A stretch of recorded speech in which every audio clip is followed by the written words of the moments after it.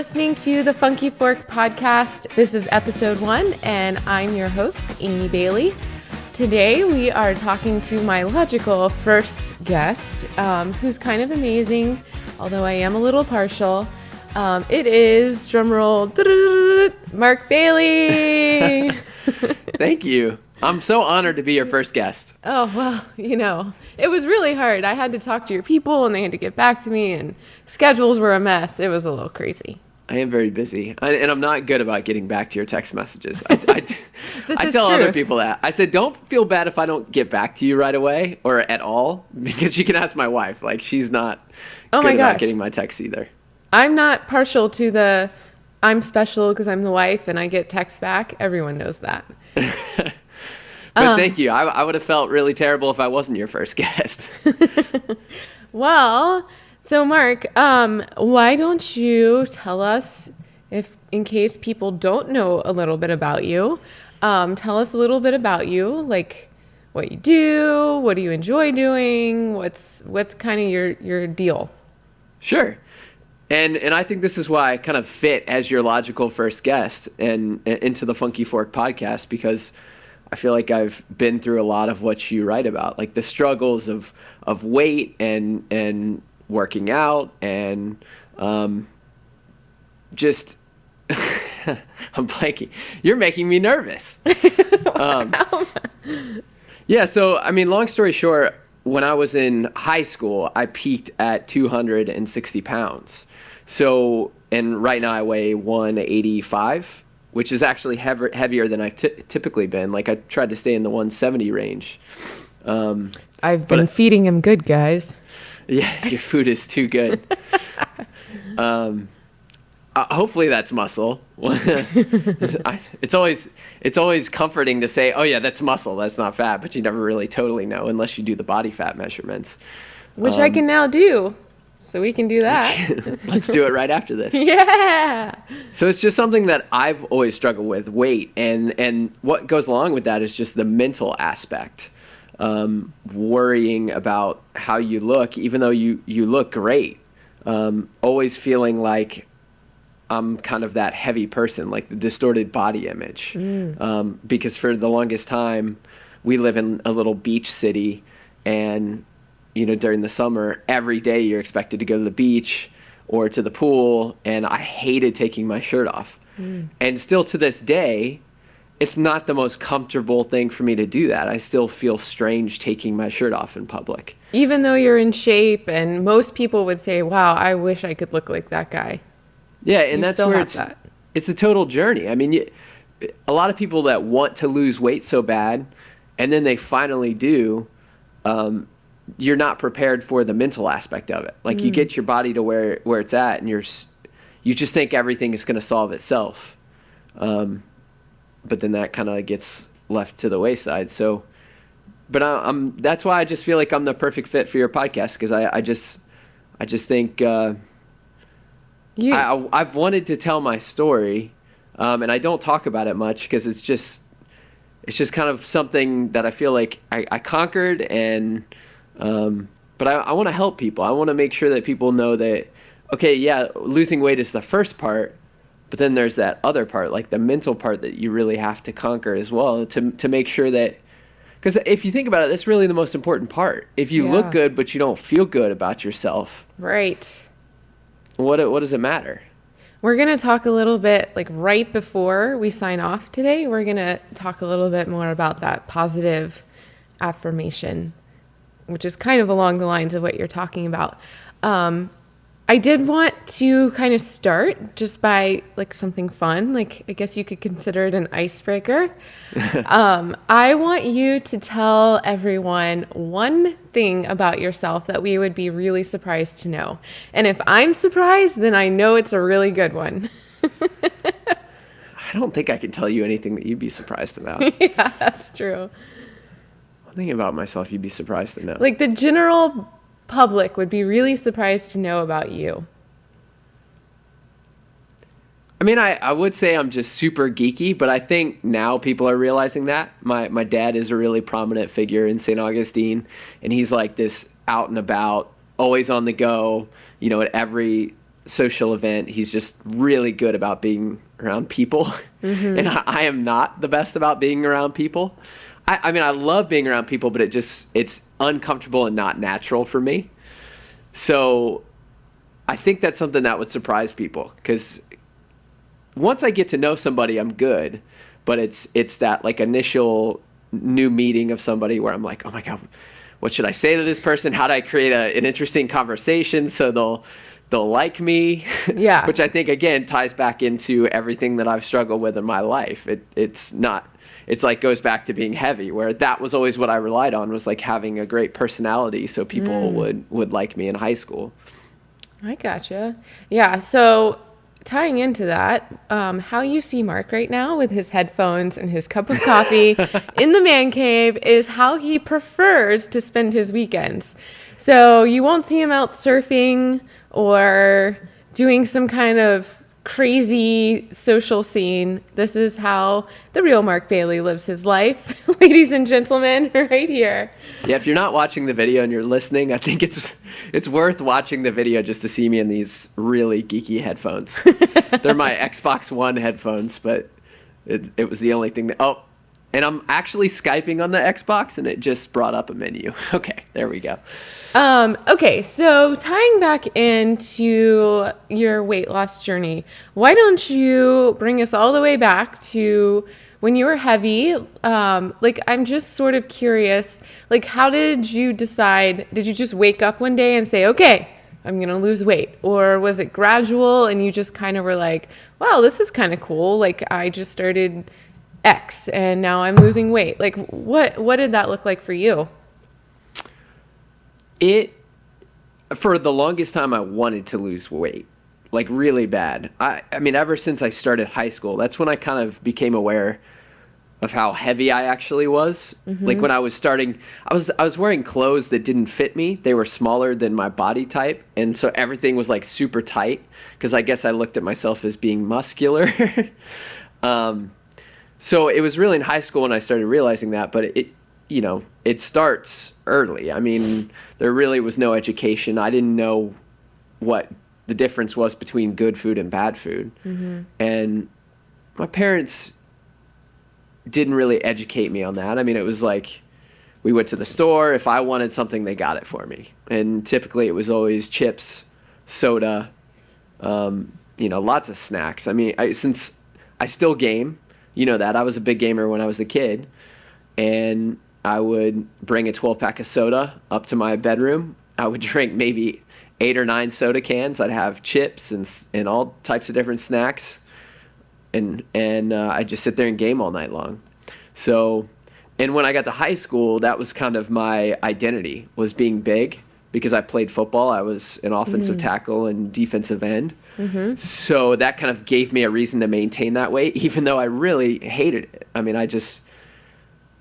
in high school, you just care so much about what people think, and you care about girls. And I was so miserable on the inside, but I'm like, well, I'm this football player and everybody likes me. I think I got like prom king or homecoming king, or I think it was prom king. But it just was never fulfilled and never happy. So because you weren't happy with yourself, truly. That's why you weren't. Like, all that stuff was great. Like, you were prom king and you had friends, but what you're saying is you just still didn't feel great about yourself. Yeah, and I'm talking a lot about high school, and people say, well, Mark, this isn't high school anymore. But a lot of these things still relate to real life. I mean, you have these things that you think will make everything better. Right. Whether it's buying a new phone or buying a new car or buying a new house or losing all this weight. And it does temporarily, but ultimately that's not what's going to fix it. It's not what's going to make things better. So it's like an overall well-being, which is what you write a lot about. Yeah. So how did you do it? How did you lose weight?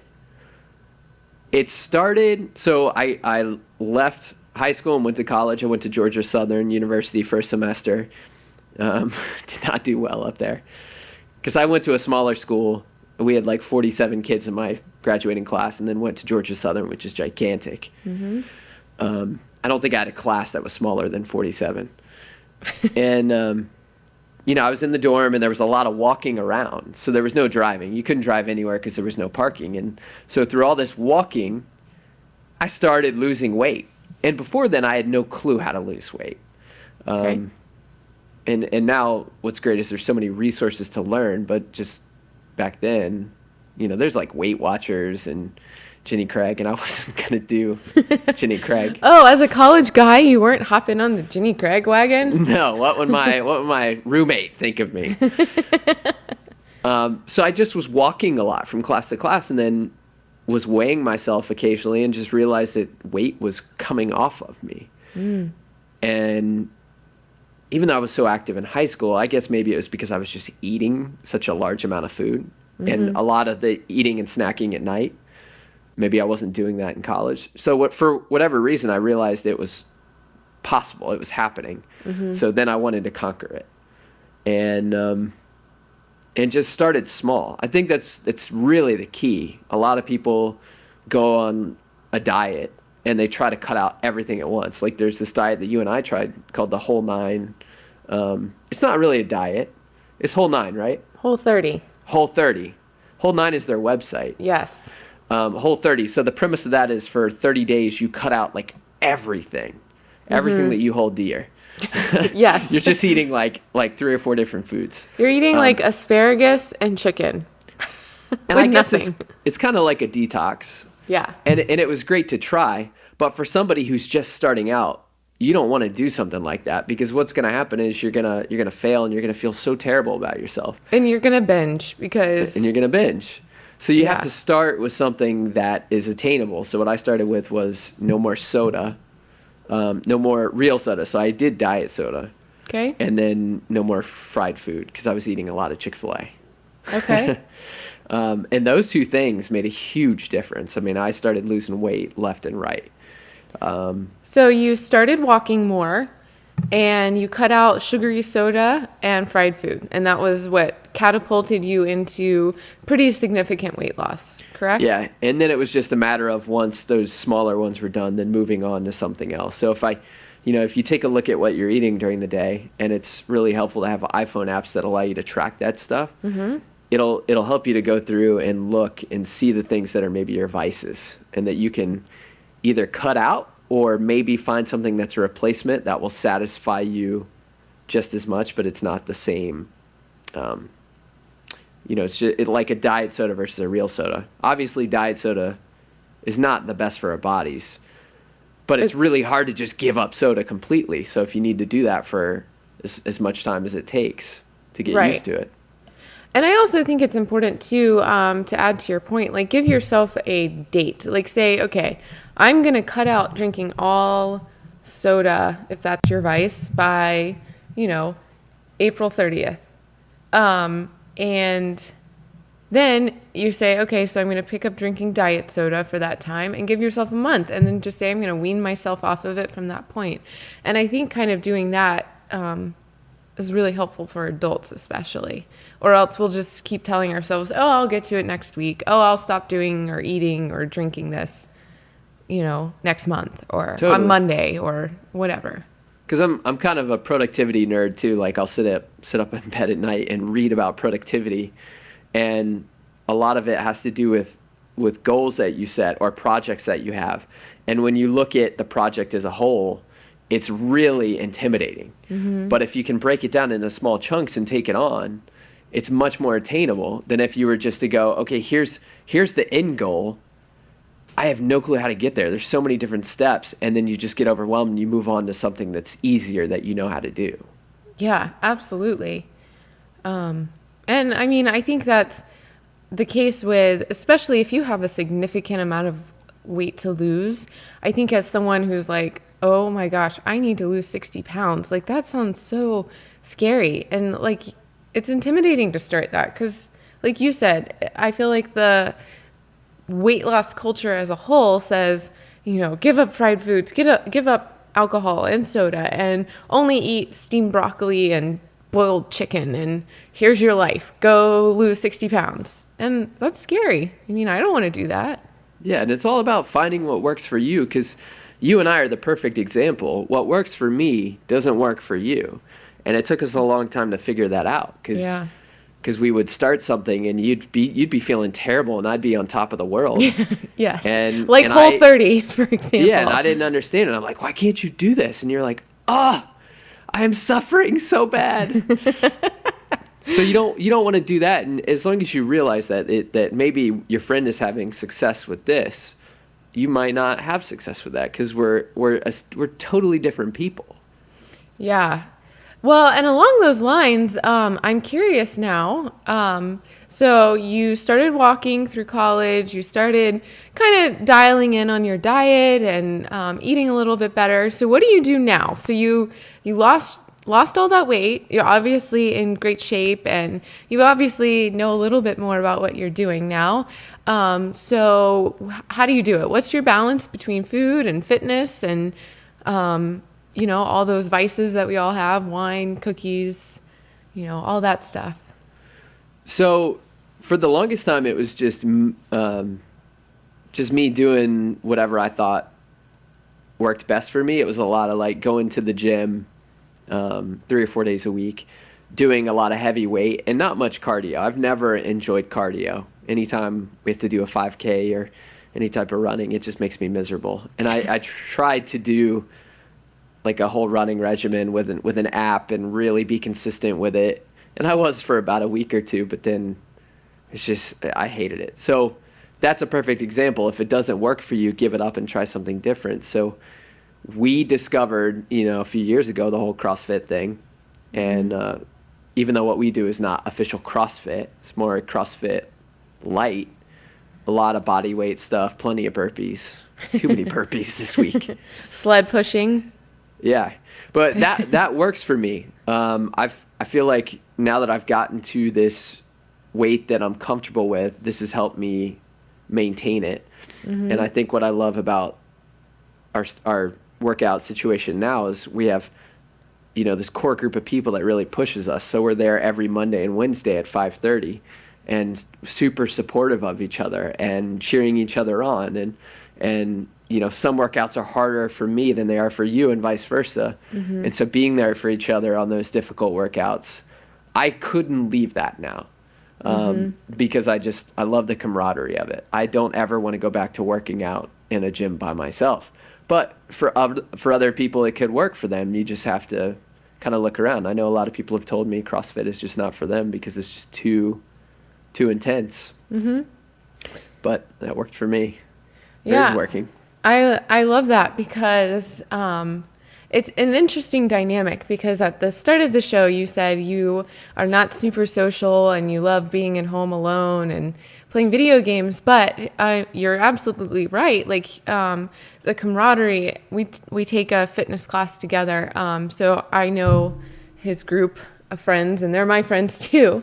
And you're absolutely right. Like it's great pushing each other and challenging each other. And, we're yelling, you can do this, lift more weight. We know you can do it. And it does, it gets you hyped up and it's exciting. And I think you hit on something that like, it does work for us, but like maybe I'm the kind of person that stresses me out, that people are watching me and maybe I can't do as heavy of a deadlift as the other girls in the class, and I'm intimidated by that. And that's okay. Like, at least own that and be like, but I'm going to try stuff in the gym that makes me happy by myself, or maybe paddleboarding every day makes you happy, or surfing, or whatever your workout is. Maybe you just love Pilates and that works for you and it feels good and you're happy.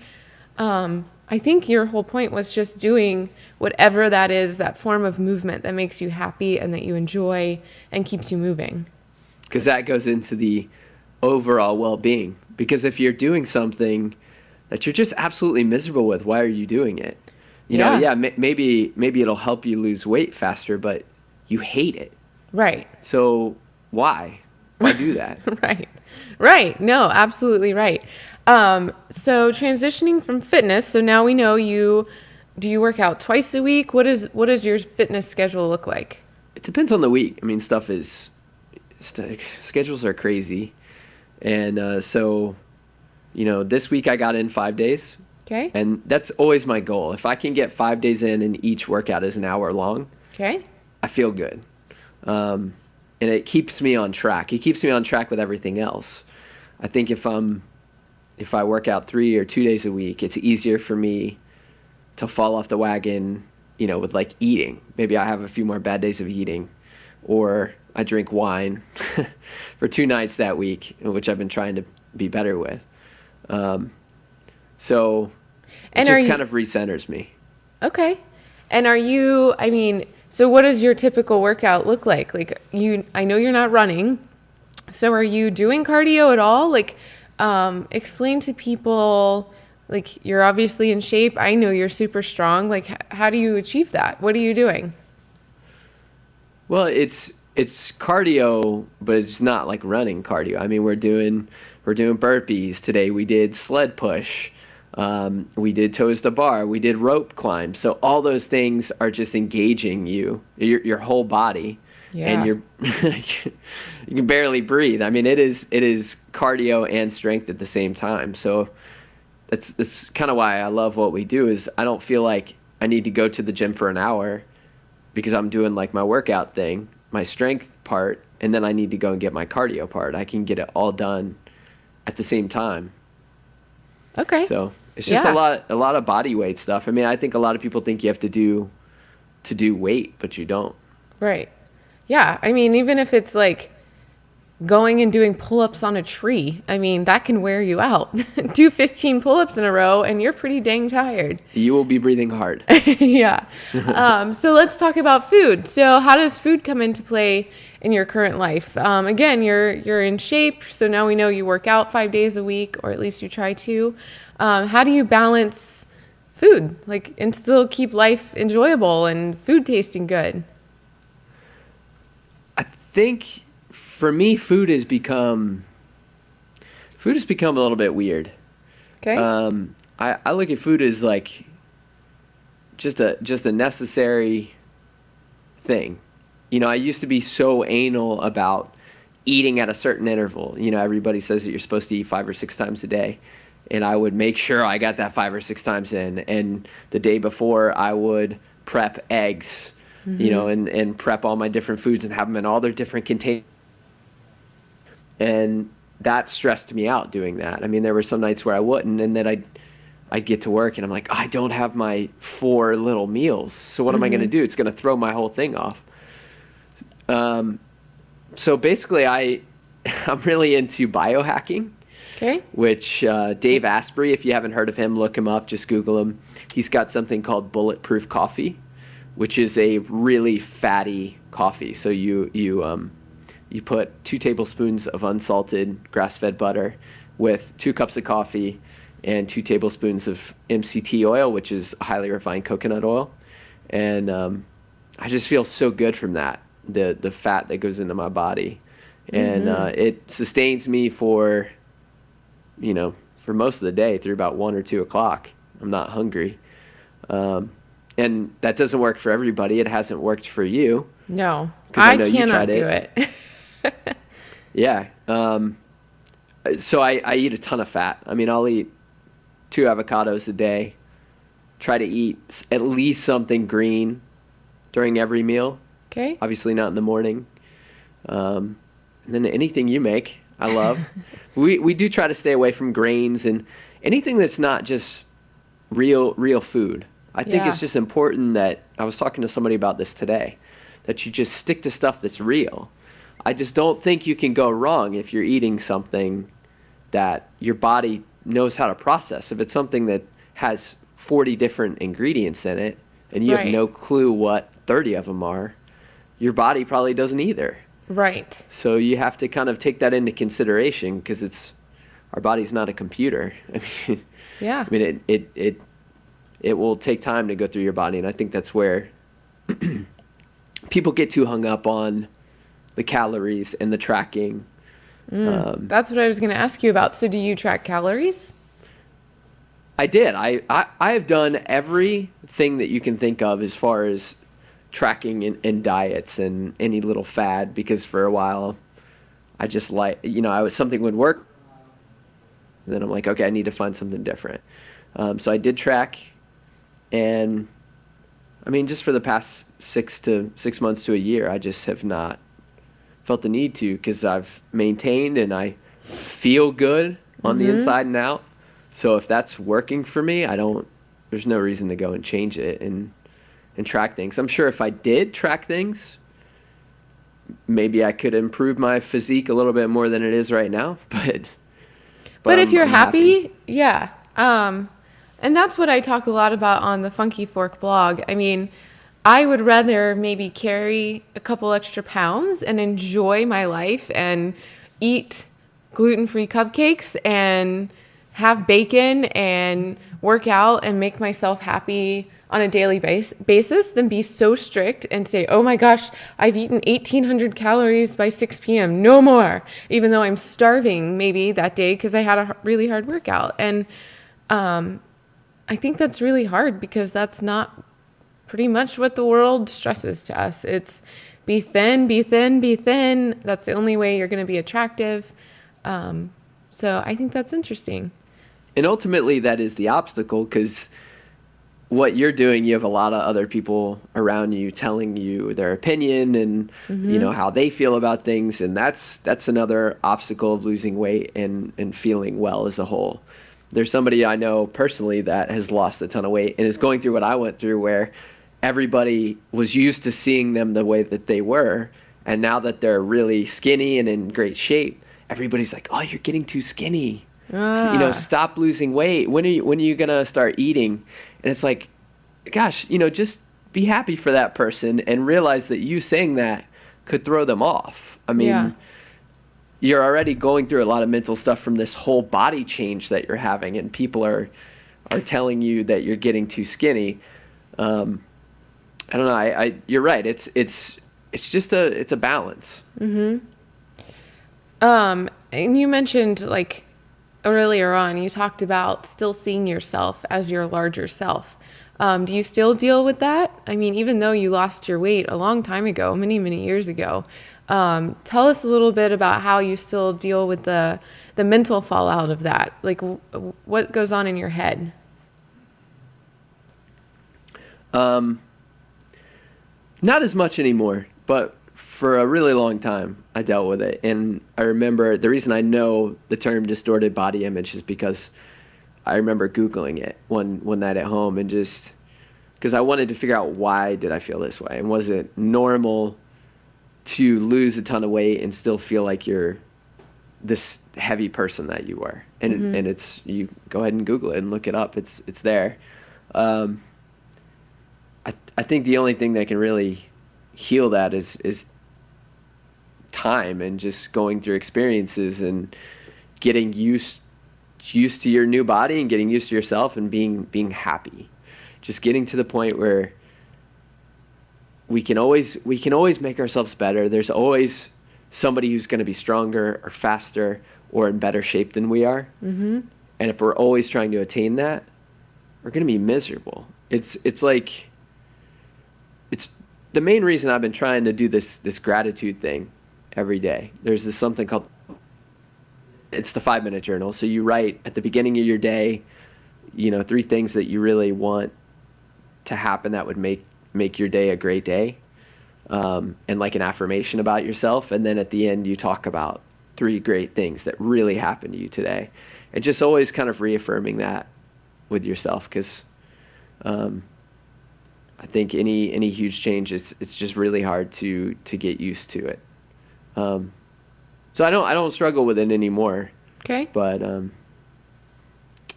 yeah, I just think it was always that. It was always seeing other people being more in shape than I was. And so the comparison trap, it was that he looks better because he has really big biceps and he has a 6-pack and that kind of thing. Is that what you're talking about? Yeah, I mean, that, I guess it's different than distorted body image, but that's kind of what it turned into for me from distorted body image. I gotcha. So if I didn't know you and I came to you and said, Mark, I really love what you've done. You clearly know a little bit about what you're doing. Can you give me 5 tips if I'm just starting out on my journey? Like, what advice would you give me? Like, anything. I mean, it could be food, fitness, well-being, mental, whatever. How would you tell me to go about getting started? I would say, one, the key is to start small. So just look at what you're doing right now and find something that you know is an attainable goal. Don't look at the overall goal. Don't say, okay, I want to lose 100 pounds, and then just start cutting out everything, because you're just going to fail. And then that'll hurt you even more. Yeah. The second one, I think, would be to just get some supportive people around you that will be behind you. And I think that the challenge with the weight loss is when you go out with friends, if you don't have those supportive people, everybody's like, oh, why are you eating that? Eat this dessert with me. Yeah. So that's another key. And that's a really hard one. I think it's one of the hardest things for people is to get that support. Well, and especially too, if you're that bigger person that they're used to, maybe you're the person that they feel comfortable eating the dessert around. And now suddenly you're the person that's saying, no, I'm trying to be better. I'm not going to eat chocolate cake. And they're like, shoot, no, I can't eat chocolate cake. I know. Maybe you were that comfort person for them that made them feel better about themselves. And we all have those people. You and I are those people. We went and got yogurt last night. And I didn't want to do it because you weren't going to eat it. And I was like, shoot, if you don't eat frozen yogurt, then I can't eat it. And then I'm like, well, if we're here, I might as well get some. It was a win-win. Okay, so on to the third piece of advice. Sure. Third one, I think, is to just really learn. I mean, explore. That's the beauty of the internet nowadays, is there are so many different avenues that you can go down. There's the whole paleo thing, which is kind of what we do, paleo light. We dip our toes in it mostly. Yeah, we're not super strict with it, but there are so many things that you can learn and so many great resources, you being one of them, that can help people with their journey, and to ask these people and talk to these people and explore what works for you. Don't just do it because other people have had success with it. Yep. Test it out. If you don't feel good physically and mentally, then stop and try something different. Yeah, and I love that because I think it's our natural inclination to do what's easy and what's cool in the moment. And I know like paleo is kind of cool and hip right now and the CrossFit thing, but I think just being honest with yourself, and if you're like, I freaking like eating bread and it doesn't make you feel terrible, don't force yourself to be paleo and cut out bread. Like, at the end of the day, you have to do something that's going to sustain your lifestyle and keep you happy, as we keep harping on. And I just think like maybe just eating something green in every meal should maybe be your goal. Like maybe that would help your health, And I love that you said that, because I just think, I think that's so big. Just finding what works for you as an individual, one person in this earth. You're so different than every other billion people out there. So do it, explore. And I think it's kind of fun to play around with different stuff and learn about the different eating habits and recipes and all that stuff out there. I think it's interesting. Yeah. Let's stop at 3. You've run out of tips? I think 3 is good. Okay. Maybe I'll come back to you with 2 more. Okay. And I wanted to, so you mentioned the gratitude app, and so you and I personally believe gratitude is a huge part of just being a happier person every day. And I think that goes for everyone, basically, whether you know it or not, just embodying like a spirit of gratitude. And maybe you're having a terrible day and the only thing you can be grateful for is that you're alive today. Maybe that's all you have to be grateful for, and that's okay. And I also love that you mentioned in this app, what's the name of the app again? Pretty sure it's 5-Minute Journal. I don't have my iPhone on me, but yeah. And if you Google that, it should come up. There's a lot of science behind it too, yes, that I'm not totally familiar with, but just reminding yourself of the things that have could make your day great and have made your day great, and the things that make you a really good person, like affirm to yourself. Yeah. It just, your day could completely change because you started it by saying, if these 3 things happen, I would be so happy. And then you're focused on those 3 things instead of focusing on, oh, well, this person at work was mean to me. I didn't finish the workout today. And then the next day you go into that day with that negativity, and it's just like a chain of negative. Yeah. So it's choosing to be positive throughout your day and grateful, and choosing to focus on the good things, and not necessarily, we all have bad stuff, or not necessarily bad, but things that don't go our way every day. So I just wanted to kind of end our time. I want to ask every guest to give me your daily affirmation. So what's something that you want to affirm for yourself today? I think I would say I'm a really determined person. When there's something that I set my mind to or set a goal to achieve, I just won't stop until it's done. And I think that makes me who I am. It makes me happy. Like the other day in the workout, we had to do 35 handstand push-ups, and it took me 25 minutes to do 35 handstand push-ups.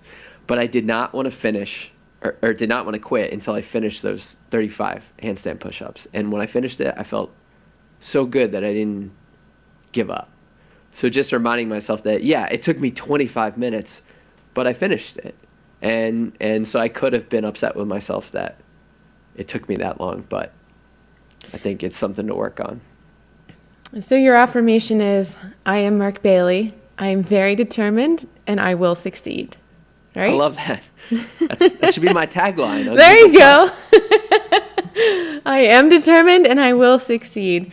No, but I love that. And I think affirming ourselves is something that we should be doing every day. And it sounds kind of like hokey, but what if you're the only person in the day that's giving yourself affirmation? Like, what if you don't have someone saying, hey, you did a really great job today, and I really admire how well you I admire your tenacity and how hard you work to go after things.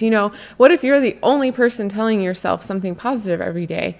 I think it's just a very powerful tool, and I think it helps have confidence and really push you to keep that up in your life. Since it's your official first podcast, what's your affirmation? My official affirmation for today, so I'm starting a lot of new journeys in my life, if you will, all good stuff, this podcast being one of them. So I think my affirmation for today is I will embrace new things. I'm not a really big proponent on change. Like, I like things staying the same. So I will embrace change, and I will do my very best at everything that comes along my way. That's my affirmation. I love it. Cool. Well, Mark, thank you so much. If anybody has more questions, or maybe you really, struck, I was really determined on that one. Maybe you struck a chord with someone and they'd like to reach out to you and maybe talk to you more or rack your brain. Is there an email address or a way that they can contact you? Yeah, Twitter is a good way. So Gnarls Bailey, just like Gnarls Barkley, but Gnarls Bailey. Did you spell that for us? Yeah, GNARLS Bailey, BAILEY. And then email is Mark with a K at markbaileyjr.com. And I'd be happy to answer any questions or talk through stuff with people, because again, I think people look at me the way I am now, and you assume with a lot of people that are in shape that's just the way they've always been. They were born that way. But I was born that way. It's nice to hear of other people's struggles to help you through yours. Yeah, just being someone to be relatable and say, hey, I'm having a crappy day and I feel really fat. And sometimes that's what you need. Amen, sister. Thank you so much, Mark, for being my first podcast guest. Woo! Yay, maybe I'll come on the 100th episode. Yeah, well, you're always welcome, of course, to come on the podcast anytime. So thank you so much. Go be successful and determined. I love your affirmation. Have a good one.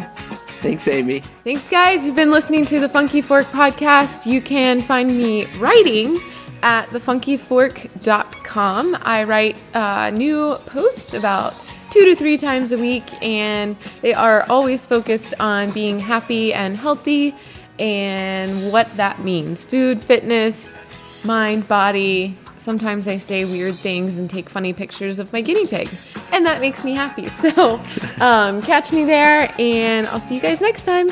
Bye!